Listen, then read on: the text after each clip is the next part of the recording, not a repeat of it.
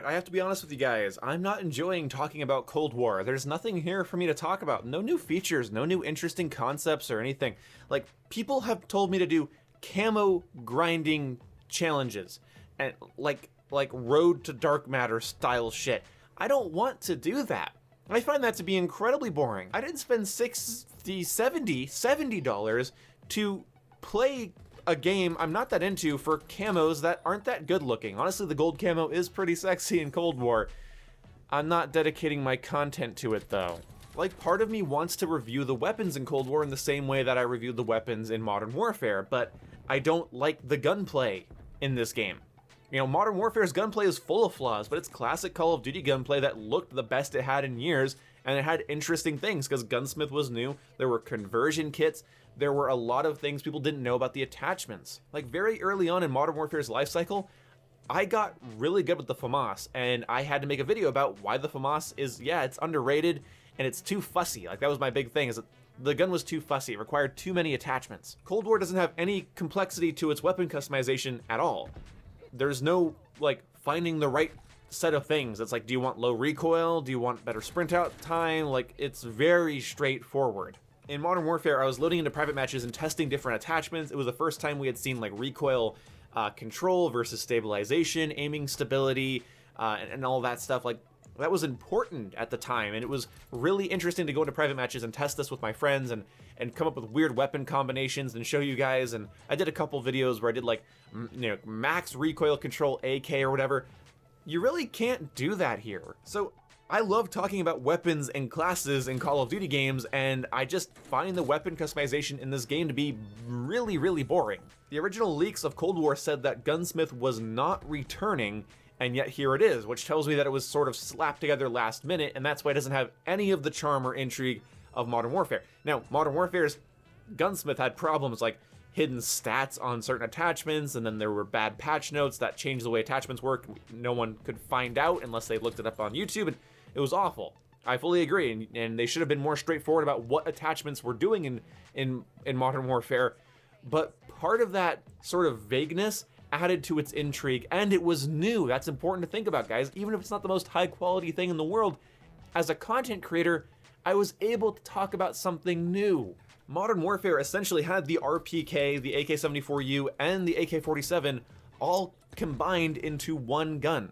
There were so many videos made on YouTube about just secret weapons you could create, and whether it's because you're a sort of gun fanatic or you're sort of into milsim style stuff, or you just want visual variety, you just want to play with a gun that's more unique, like you want to build an RPK and take the stock off of it just to spit in God's face. Like, you could do that. Like, name another Call of Duty game where you can put a grenade launcher on an AK-74U. That's right, Black Ops 1. I miss Black Ops 1. Hope that gets a remaster. But there isn't enough here for me to talk about. Like, I just don't know what to say. I tried to make a video about the DMR-14, and it just became me talking about how the meta really, really caters towards using high damage weapons. Like, no shit, right? You think, no kidding. But seriously, without flinch, you can't get knocked off target. So if you're dealing more damage than somebody else, and they can't knock you off target, all you have to be is accurate, baby. That's all you gotta do. So I wanted to talk about Season 1 of Black Ops Cold War and how it got delayed. And all I can think about is that I'm glad it got delayed, because Cyberpunk is coming out, and I look forward to streaming Cyberpunk on this channel for you guys. Now, I was going to stream Cyberpunk on my backlog channel, which is linked in the description, by the way. And I was excited to do so, except it's a first-person game, and it's a big deal, and I don't really want to put it on my tiny channel that I'm sort of growing over time. No. On my second channel, I'm going to be covering Assassin's Creed 3. Not covering, that game's been out for a long time, but Assassin's Creed 3 has been on my backlog ever since it first came out. I remember watching Smosh react to the Assassin's Creed 3 trailer when I was a kid. Good God, that's so weird to think about. And I was enthralled by it. I loved the idea of that time period in an Assassin's Creed game and everything, but, you know, I didn't get to play it. I just never took the time, and even when I had the chance to, I never did. So this last Black Friday, I bought Assassin's Creed 3 Remastered, and I'm going to be playing on my Series X, which is not really a big deal because the game's locked at 30 FPS, and it's going to be peasant material, but whatever. I'm going to play Assassin's Creed 3 all the way through on the backlog, and it's going to be fun. The backlog streams are really quaint and really sociable, and it's really easy to talk to me there because there's less people in the chat. So if you want to talk to me and you want to just watch me play something that isn't an FPS game, then go there. But I will be covering Cyberpunk here. So the best thing I can say about Cold War's Season 1 is that it's delayed. I can play Cyberpunk for 6 days and not worry about covering new COD content. Now, I'm not going to be one of those YouTubers that makes you guys feel bad that I'm covering COD. I'm an FPS channel. Okay? And I do not need this channel to make the most amount of money ever. That's not really my goal with this channel. If I want to just start covering the MCC for the fuck of it, or do a retrospective on Titanfall 2, or go back to play Battlefield 3 on the Xbox 360 again, I will do it. I don't need Call of Duty to be fun for me to have a channel. Oh, and also I could just go back to Modern Warfare, a flawed, bad game in many respects that I still at least enjoy. There's stuff to do in Modern Warfare. There's fun factor there. Yeah, it's not super well paced because of the weirdness of some of the maps, and some game modes don't play very well, but that's the worst thing I can say about it, is that it's not well paced. Everything else I actually rather enjoy. I do enjoy the pacing of Cold War. The gameplay you're seeing here is just some team deathmatch. I can't play team deathmatch in Modern Warfare, guys. It's too campy, it plays like shit. I like it here though. I have to admit, I am excited for Season 1 of Cold War because of Raid returning, and from the leaks, it does look like it's the same exact map. Like, they haven't changed the layout at all, which I'm totally fine with, because Raid plays beautifully.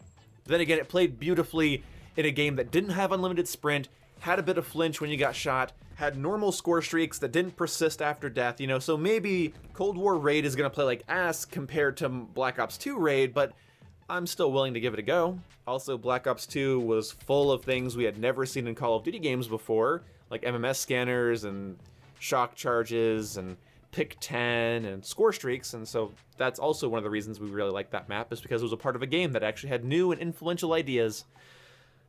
Anyway, but according to leaks, we're also getting the MAC-10 from Black Ops 1. You guys might remember the MAC-10.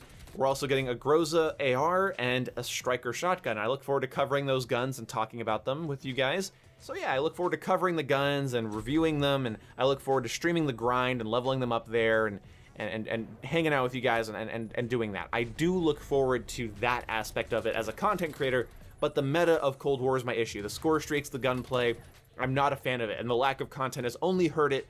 But again, you could have a billion maps added to Cold War, and they could all be like full of interesting variety and everything like that. I don't care. You could port everything from Black Ops 1 into Cold War right now. If it still had the Cold War meta, I can't promise you I'd be that interested in it. I really can't.